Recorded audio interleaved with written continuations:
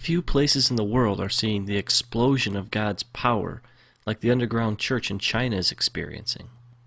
And in the last 60 years, China's communist government has done its best to wipe Christianity off the map. What you are about to see is some of the rarest footage on the planet.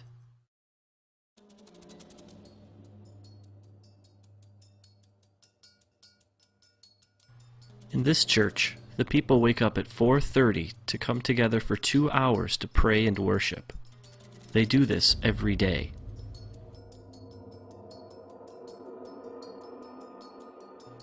This church meets in the only place they're safe, a cave.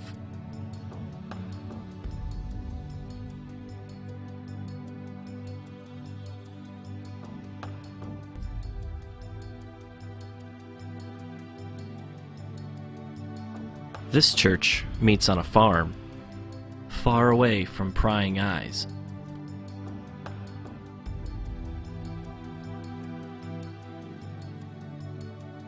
Here's an example of an underground church outreach. The people sitting are Christians. The people who are standing are not. This particular preacher was once crippled, but was healed when someone prayed for her. She now preaches the good news of Jesus to anyone who will listen. In this particular meeting, over 1,000 people became Christians.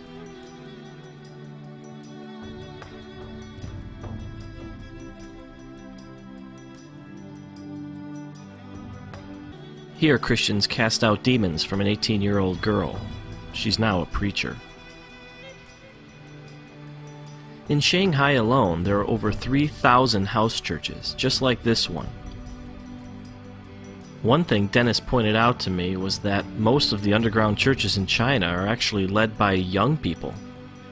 These kids have all come out of the communist system, and they want nothing to do with it.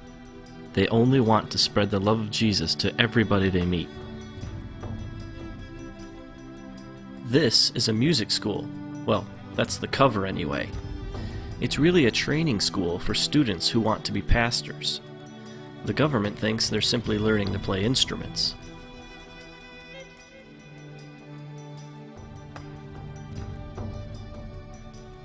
One thing I quickly realized about the Chinese church is that it's a lot different from the American one. For one thing, they think a 4-hour sermon is short. In this church service, it's 120 degrees inside the building. The people meet for 12 hours straight.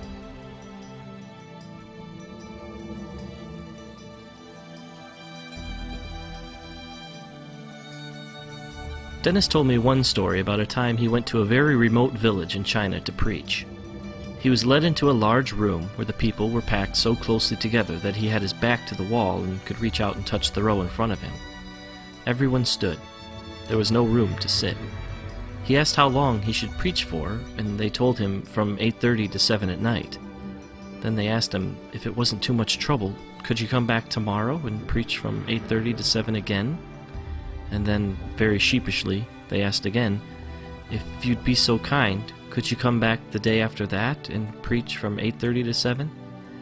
He asked how often he should take breaks, and they told him not to stop.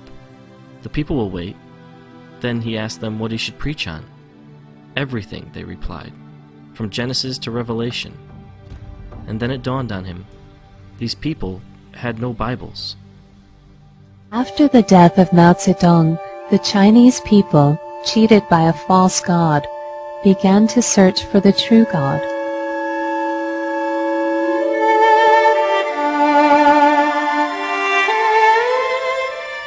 For the first time in their lives, people from the lowest levels of society came face to face with God's unconditional love, with Christ's sacrifice on the cross, and with the knowledge that in God's temple they had value and dignity. How could they not rejoice, like everyone who has received the most precious gift in the world?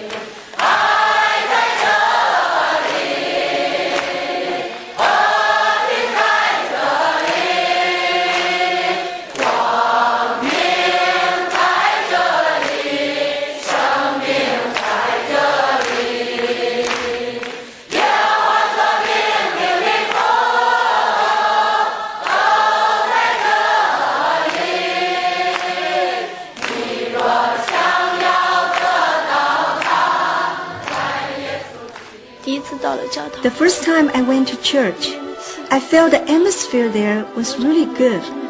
I found true meaning in life.